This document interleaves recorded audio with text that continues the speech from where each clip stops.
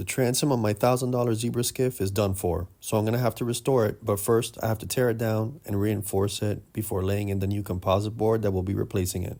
Let's get started. Alright, we're back working on the flats boat, and we're trying to rip off this transom. So I'm doing two transoms right now. I'm doing the Seacraft transom, and I'm just waiting for the materials to come in to do that. I figured I'd get ahead on the transom for the flats boat, the Zebra Skiff.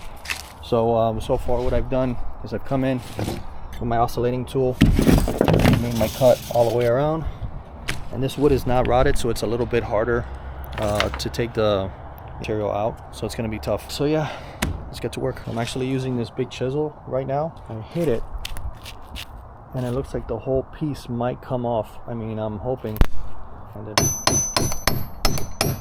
see it separating, and you can see how I'm just separating this piece of wood from the skin.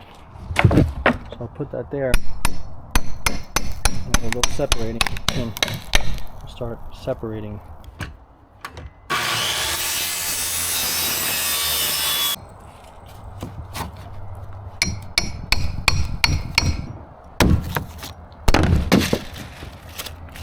That's all wet.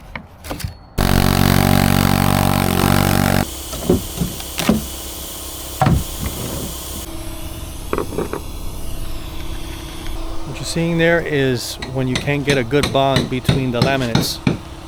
You get that. Alright, so we got ahead on the transom yesterday. We got most of the stuff out. As you can see, the transom is extremely thin. That glass is so thin that any little thing poked through, like here, you see where there's dry glass.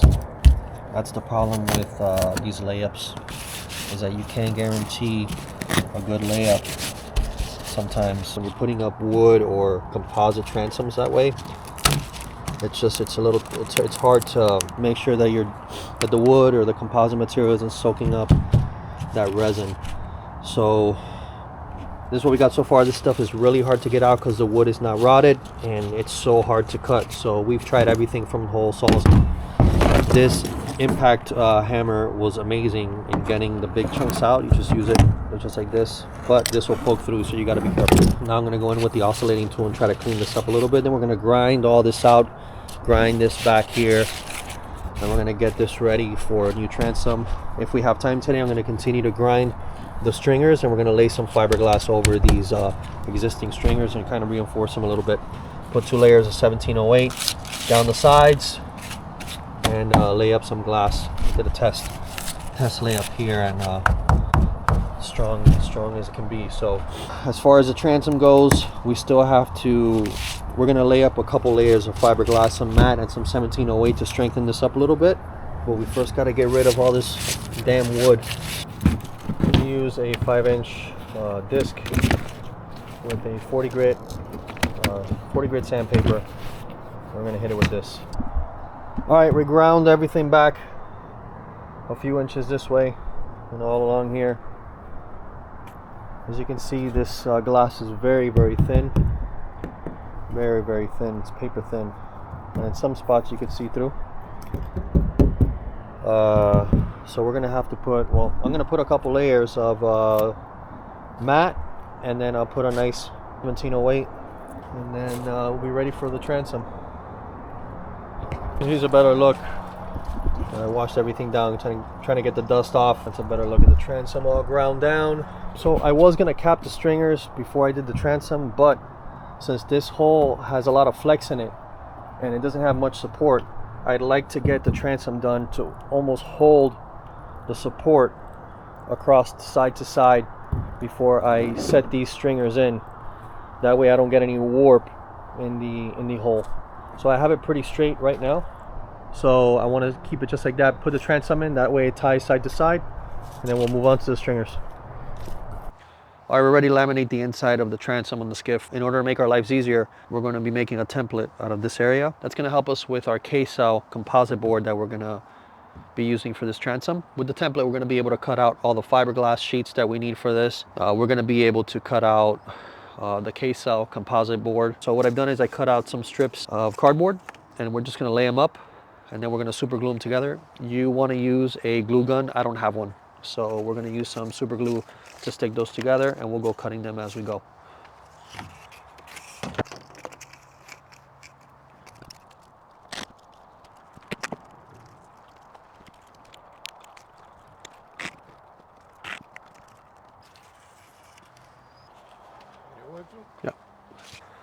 All right, we're gonna cut out our first layer of mat. And you want a long table like this to lay everything out.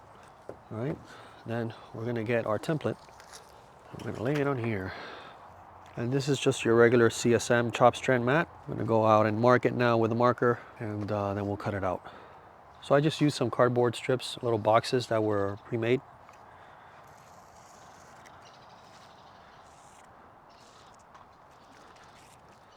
Now we're gonna take our template, move it out to the side. And we know that the white part is to the front, to the bow. Now we gotta cut this, so I recommend a good pair of scissors, or if you wanna save your fingers on a project like this, get yourself an electric scissor like these. This one's excellent. It's battery powered, comes with 2 blades. You'll get this off Amazon. I'm gonna put the link in the description below so you guys can check it out. It just makes things so much easier, so check this out. I'm trying to do this with one hand. I mean, look at this. Look. One-handed, no scissors. This is amazing. You get to the 1708, which is the structural glass. It's gonna really come in handy. And we're gonna mark this bow towards the bow. Let's just set it in here real quick, just to test fit. And like a glove, perfect. That's a fresh layer of mat. Now we need to cut out a piece of 1708 because I wanna beef up that transom a little bit. Let's roll out this 1708. So yeah, this is the structural fiberglass, and you guys are looking for supplies for your boat, any type of boat projects, FGCI, the link is in the description below. Use the discount code PFB10 for 10% off your next order. Those guys are the best at anything fiberglass. They provide you with all the stuff that you need. And I've been using them on all my projects from my Grady White, and now I'm partnered with them, and I couldn't be happier with the products. They just make an amazing product. So we'll come back with our stencil. As minimal material waste as possible. And I'm doing it this way because we want to lay this matte part. The 1708 has a matte part on the bottom, and that's what we're going to lay up against the transom. You definitely don't want to be tugging on this stuff or pulling on it because it can unravel and it can stretch and deform a little bit. You can unravel it, kind of pull it apart. You don't want to do that. And let's go test fit. Another tip, if where you're at is, where you're located is really humid, sometimes the fiberglass will hold that humidity. So when you go to lay it out, you'll get a lot of dry spots. And it's because the fiber won't absorb the resin because it's a little bit damp. So you might want to run a blower or something on it. We've had some pretty dry air for the last few days, so we haven't needed to do that. But I found that that's happened down here, especially down here in South Florida. We already ground out the entire transom, but before we do any type of lamination, we need to come in here with some acetone and just wipe everything nice and clean so we get a good adhesion, a good mechanical bond between the resin, the mat, and then the 1708. And then we can start laminating, and we'll talk about that now.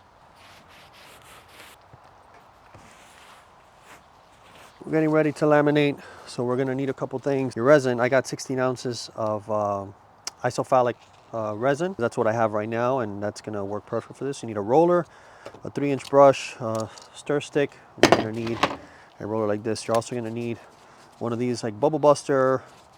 These are great for rolling out the air that's trapped inside the fiberglass, and I'll show you how to use that thing. There's different versions and different sizes. And then you're gonna also want some PPE. You wanna protect your eyes with this stuff. You don't want this resin to be getting in your eyes. It's really bad for you. Ask me how I know. What we're gonna do first, we're gonna add our catalyst, our MEK. We're gonna mix at, it's a little chilly today, so chilly for South Florida, it's about 60 something degrees. So we're gonna do this at 1.5%, which comes out to 14 cc's. Get yourself one of these. Gonna mix that up, stir that up.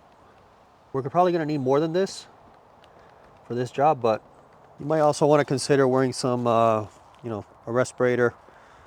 But we got a nice breeze out, but you should wear one. I want to hot coat the transom, so we're just gonna get this nice and soaked. There's still some dry fiberglass that's in here that can soak some of that extra resin up. Really, you want a pan. I don't have a pan to put this stuff on, so that's all right. And we're gonna lay this guy in here. So now let's come in here. Like I said, we're probably gonna need more resin than this. You want to start rolling that stuff in. Yeah, we're gonna need some more resin in this.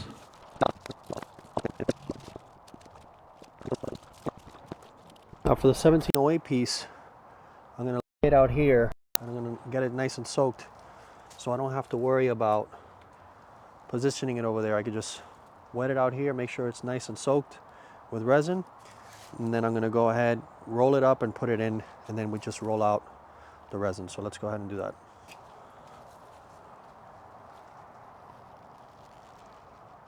And we're gonna need more than 16 ounces for this. I'm gonna do 32 ounces because that mat took a little bit more than 16 ounces. This 1708 soaks up a ton of resin, so make sure you got enough on hand.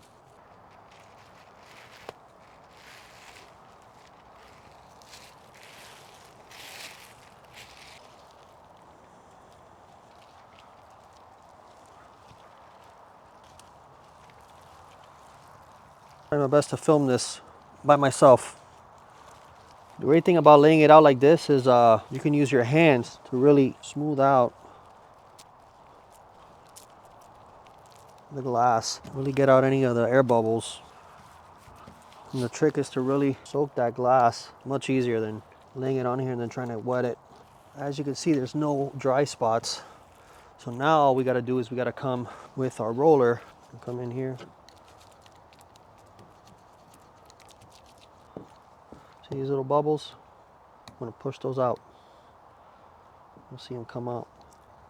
You don't have to squeeze so hard, you just gotta lightly put some pressure with your finger and they'll come up. Yeah. Boop. Now you're not gonna get all of them out, but you wanna get as much as you can out. I mean, look at the difference from that to this. You get any stubborn ones, you can hit it with the brush. You can have somebody helping you, that's the best, because when it's too hot, this stuff kicks off so fast. You might not have time to get all the bubbles out. It might kick on you. Well, luckily we've had some good weather here for the last couple of days, so this cool weather is great for working on the boat, so I've taken advantage. Doing both the transom on this boat and my 1978 Seacraft, trying to get those done. Trying to get this skiff done so I can bring you some content on the skiff. I'm looking to go camping out in all the springs, maybe do some diving in some of the springs up in Central Florida. And I want to take the skiff. And that's one of the better layups that I've done. I think it's the weather, so I don't have to rush and beat. But there's, man, very little to no air bubbles. So I'm pretty happy about that. A couple little ones here, but that's not too bad. All right, so this is the finished layup. Pretty proud of it. Did a pretty good job. So what we're gonna do next is, I've talked to Laz over at FGCI and we decided we're gonna do this particular transom with the K-cell composite board. We're gonna use 2 3/4-inch pieces, right? We could probably get away with just one 4x8 K-cell board. We're gonna cut that in half and sandwich 2 pieces together to fill in this gap here. And then we're gonna laminate that to the hole and to the whole sides. And that's how we're gonna do this transom. On the Seacraft, we're gonna pour that transom because I think it's just too big of a layup for me to handle on my own versus this one. Next week, I'm taking you over to FGCI so we can look at all the different types of options that you have for your transom, your pour transoms, like the RJ 6011, marine grade plywood, K-cell composite board. We're gonna look at all the different resins and different fiberglass materials that you can use for these types of projects. You're gonna wanna see that next week. If you wanna see how I did my Grady White with a pour transom, check this out. And if you wanna see the transom that I'm doing on my 1978 Seacraft, check this video out. See you next week.